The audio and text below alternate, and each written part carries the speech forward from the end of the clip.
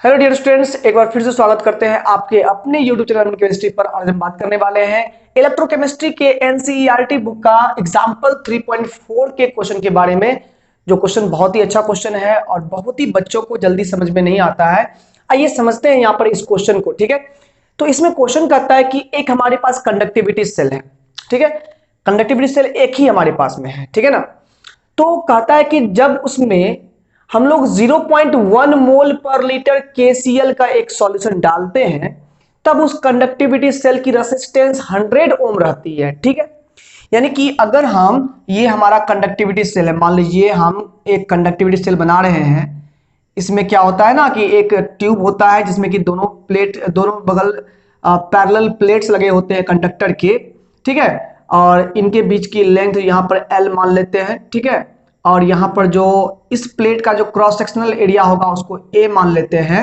और यहाँ पर जो है ना एक सेल होता है, यहाँ पर लगा होता है। ठीक है, और यही हमारा करंट यहाँ पर हाई पोटेंशियल से लो पोटेंशियल तरफ करंट यहाँ पर प्रोपगेट करता है, मतलब कि ट्रेवल करता है करंट। और इसके अंदर में जो कंडक्शन होता है इस प्लेट और इस प्लेट के बीच में, ये कंडक्शन के लिए यहाँ पर जो है ना एक यहाँ पर हमारे पास लगा होता है क्या, सॉल्यूशन इसमें भरा हुआ रहता है। ठीक है, तो यहाँ पर KCl का सॉल्यूशन का यूज किया गया है। ठीक है, और दो केस बनाए गए हैं, हम दोनों केस की बात करेंगे। केस 1 में क्या है, ध्यान से देखिएगा। केस 1 में क्या है कि हमारे पास जो KCl का सॉल्यूशन है उसका कंसंट्रेशन दिया हुआ है 0.1 मोल पर लीटर। ठीक है, और उसके बाद उसी सॉल्यूशन का जो यहां पर रेसिस्टेंस दिया हुआ है वो दिया हुआ है 100 ओम। यानी जब कंसंट्रेशन इतना होता है तो रेसिस्टेंस 100 ओम दिया हुआ है।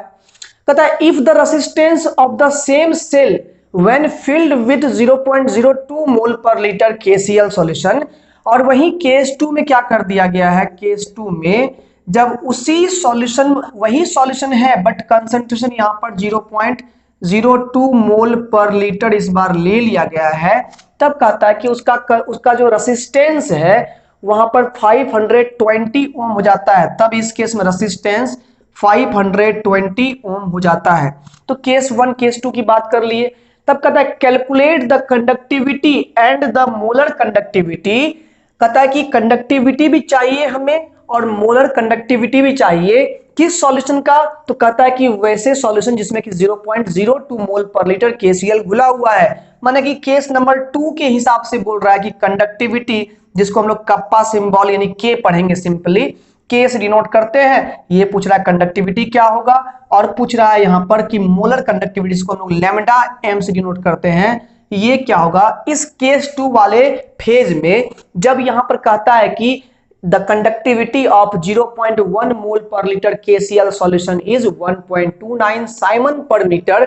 मतलब कि यहां पर 0.1 मोल पर लीटर अर्थात केस 1 वाले सॉल्यूशन की कंडक्टिविटी हमें पता है, यानी K का मान पता है कितना होता है, कितना दिया हुआ है 0.1, यहां पर सॉरी यहां पर दिया हुआ है 1.29 साइमन पर मीटर। मतलब साइमन कहते हैं किसको, पर ओम को साइमन कहते हैं, ओम इनवर्स को साइमन बोलते हैं, यानी पर ओम पर मीटर यहां पर दिया हुआ है कंडक्टिविटी इस पहले वाले केस वाले सेल का। ठीक है ना, तो वही है कि यहाँ पर ये एनसीईआरटी थोड़ा सा अजीब होता है, एक बार में सब कहानी नहीं कहता है, उल्टा पुल्टा कहानी कहते रहता है। ये जो कंडक्टिविटी दिया हुआ वो केस 1 का दिया हुआ है, पहले केस 1 की शुरुआत की, फिर केस 2 की, फिर केस 1 की, तो सवाल थोड़ा सा उल्टा पुल्टा दे देता है ना, ताकि बच्चा का दिमाग घूम जाए। ठीक है, अब यहां पर हमें दो ही चीज निकालनी है, केस 2 वाले कंडक्टिविटी को पता करनी है और लैम्डा M को पता करनी है। ठीक है ना, तो दो कंडीशन दिया हुआ है हम लोगों को, तो जाहिर सी बात है कि दोनों कंडीशन में कुछ ऐसा चीज होगा जो कॉमन होगा, दोनों के लिए सेम होगा।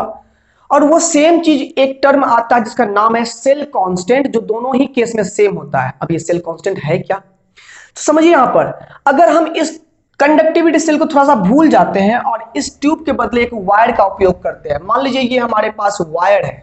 ठीक है, जिस वायर में सेम यहां पर L लेंथ है और क्रॉस सेक्शनल एरिया A है, तो आप ओम्स लॉ से पढ़े होंगे कि resistance directly proportional to length होता है and resistance is inversely proportional to cross sectional area होता है। दोनों को मिलाए होंगे तो रेसिस्टेंस प्रोपोर्शनल टू L/A आया होगा, रेसिस्टेंस इज इक्वल टू यहाँ पर रो इंटू L/A आया होगा, जहां पर रो यहाँ पर आप पढ़े होंगे ये कहलाता है रेसिस्टिविटी। ये रो क्या कहलाता है, रेसिस्टिविटी कहलाता है या स्पेसिफिक रेसिस्टेंस कहलाता है। प्यारे बच्चों, अगर यही फॉर्मूला हम उसमें लेके जाए तो यही L/A जो होता है ना, यही कहलाता है सेल कांस्टेंट। यही L/A जो है हमारा L/A, वो उस कंडक्टिविटी सेल के लिए कहलाता है सेल कांस्टेंट, जिसे हम लोग G* से डिनोट करते हैं। ठीक है, ध्यान दीजिए यहां पर, अब L और A दोनों में कंसंट्रेशन में बदलाव हो रहा है, लेकिन लेंथ और क्रॉस सेक्शनल एरिया तो वही है। मतलब सेल कांस्टेंट जो इसमें होगा वही इसमें काम करेगा। तो हम लोग एक में सेल कांस्टेंट निकालेंगे और दूसरा में यूज करेंगे, क्योंकि ध्यान दीजिए यहां पर रेसिस्टिविटी ये रो है, और हम लोग जानते हैं कंडक्टिविटी यानी कि कप्पा जो होता है ना, वो रेसिप्रोकल ऑफ रेसिस्टिविटी होता है।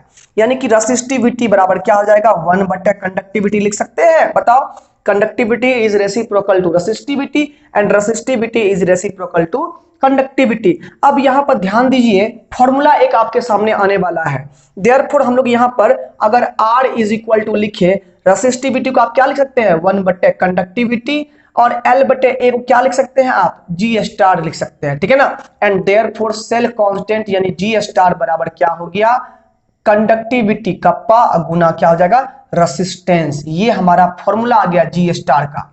ठीक है ना, देखिए यहां पर G* बराबर ये आ गया, और वही कंडक्टिविटी बराबर क्या हो जाएगा, G* रेसिस्टेंस हो जाएगा। ध्यान दीजिए यहां पर पहला फॉर्मूला जो है ना हमारा आंसर में यही काम देगा। देखिए अगर यहां पहले केस में कंडक्टिविटी भी पता है और R भी पता है, तो क्या G* निकाल सकते हैं ना, बिल्कुल G* निकाल सकते हैं। और यही G* का मान इसमें रख करके, चूंकि R दिया हुआ है, क्या कंडक्टिविटी नहीं निकाल सकते हैं, तो आप कहिएगा बिल्कुल सर निकाल सकते हैं। तो यही बात है यहां पर कि हम लोग जो करेंगे क्या, यहाँ सेल कांस्टेंट इस केस 1 से निकालेंगे, और यहाँ कंडक्टिविटी का मान जो है ना सेल कांस्टेंट और रेसिस्टेंस की मदद से यहाँ पर आराम से निकाल लेंगे। क्या कर सकते हैं, पर पहले ये काम कर लेते हैं, फिर हम लोग लैम्डा m की बात करेंगे। तो आप लोग के मन में ये दो फॉर्मूला याद रहेगा ना, नहीं याद रहेगा तो इसको नोट कर लीजिए, हम साइड हो जाते हैं।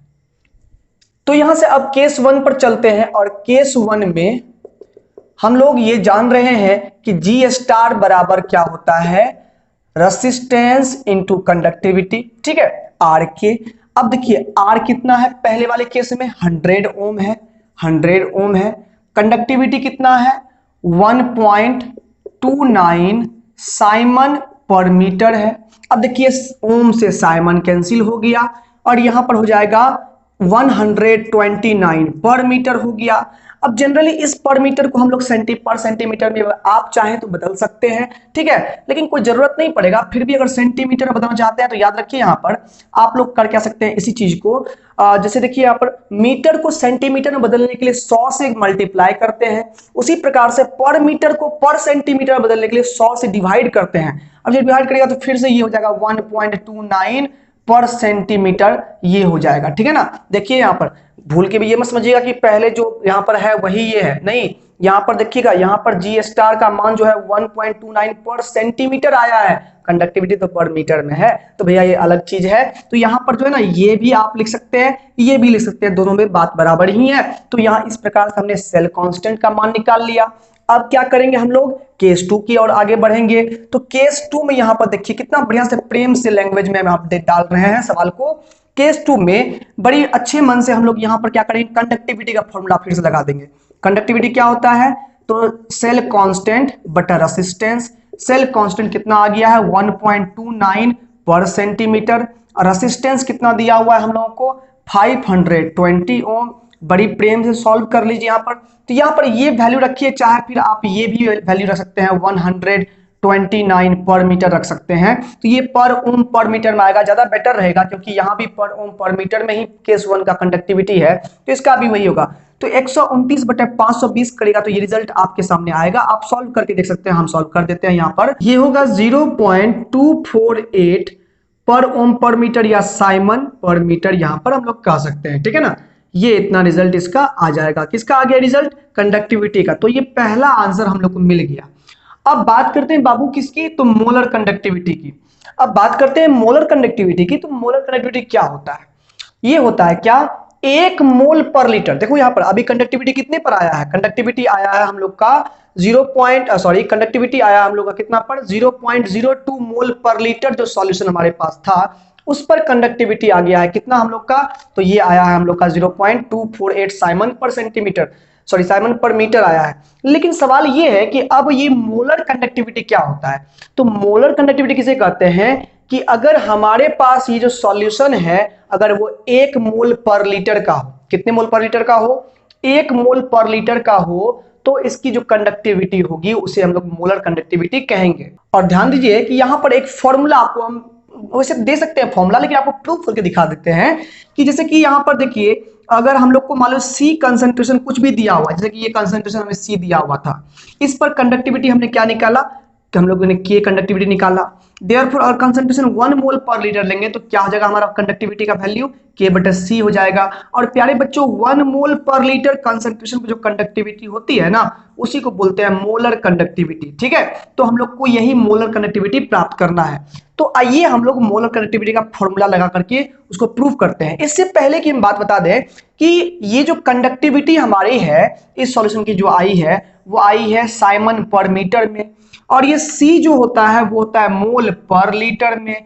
लीटर का मतलब होता है मोल पर डेसीमीटर क्यूब में, यानी कि 1 लीटर में 1 डेसीमीटर क्यूब होता है, यानी कि 1 लीटर 1 डेसीमीटर क्यूब के बराबर होता है। तो यहाँ पर नहीं अन्याय हो जाएगा ना कि यहाँ पर हमारे पास कंडक्टिविटी मीटर के टर्म में है और यहाँ पर हमारे पास कंसंट्रेशन जो लिया गया है वो डेसीमीटर टर्म में है।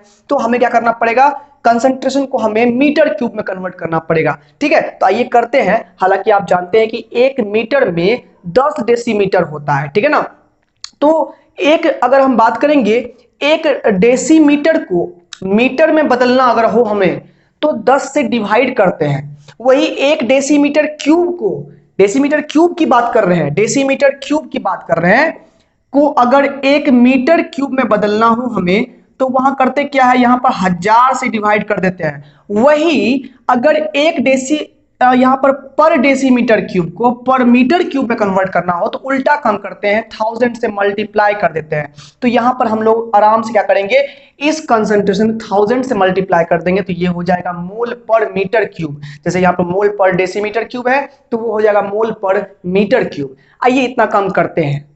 तो हमारे पास कंसंट्रेशन दिया हुआ है 0.02 मोल पर लीटर, मोल पर डेसीमीटर क्यूब कह सकते हैं। इसको करेंगे क्या, 0.02 मल्टीप्लाई कर देंगे 1000 से तो ये हो जाएगा मोल पर मीटर क्यूब हो जाएगा। तो ये हो जाएगा हमारा 20 मोल पर मीटर क्यूब हो जाएगा। ठीक है, ये कंसंट्रेशन अब मीटर क्यूब में आ गया क्योंकि हमारी कंडक्टिविटी जो आई है वो 0.248 साइमन पर मीटर आई है, तो मीटर और को मीटर में मिलाना पड़ेगा, यूनिट मिला करके काम करना है। अब आराम से देयरफॉर मोलर कंडक्टिविटी क्या आ जाएगा, K/C।